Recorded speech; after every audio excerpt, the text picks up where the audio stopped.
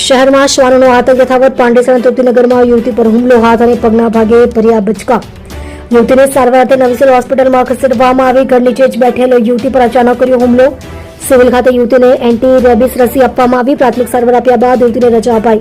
27 વર્ષીય યુવતી રીટા તડવી પર હુમલો. શહેરમાં શ્વાનોના હુમલાની ઘટનામાં વધારો છતાં તંત્રના અધિકારીઓ નિંદ્રાધીન. પાલિકાની રસીકરણ અને ખસીકરણની કામગીરી માત્ર કાગળ પર. સ્થાનિક વિસ્તારમાં વધતા શ્વાનોના હુમલા. લોકો દ્વારા પાલિકાની રજૂઆત છતાં તંત્રના આખાડા કાનના આક્ષેપ.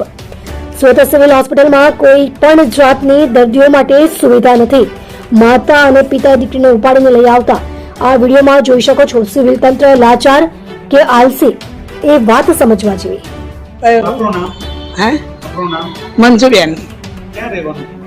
મંજુબેન હું તૃપ્તિનગર બોમ્બરોલી રોડ સાઈ એપાર્ટમેન્ટ 105 નંબરમાં રહું છું સાહેબ, પાંડેસરા. અને મારી છોકરી અહીંયા મારી છોકરીના ઘરે આવેલી હતી અને નીચે મત બેસવા માટે ગઈ હતી તો 2 કૂતરા આવીને અને મારી છોકરીને કરડ્યા. રીટાબેન કંચનભાઈ તડવી. બે કૂતરા હતા સાહેબ, 2 હતા. એક હાથમાં કર્યું અને 2 પગમાં કર્યા અને બંને કૂતરા કર્યા છે. અને નીચે ખમણવાળા ભાઈ એક નીચે રહે છે, એક એ ભાઈના કૂતરા પાડેલા છે અને એ છોકરીને મારી છોકરીને એક કૂતરા કરતા છે અને ઘડી ઘડી કહે છે કોઈ મ્યુનિસિપાલિટી કઈ કરવા આવતી નથી.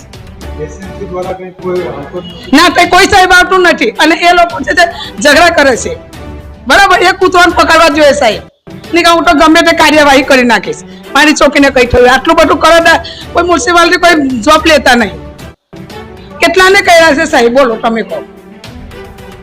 બરાબર ને, આ સાહેબ મ્યુનિસિપાલિટીમાં આપી દીજો ઓફર. અને નીચે છે એ ભાઈ પાડેલા છે કૂતરા, ખમણવાળા ભાઈ છે.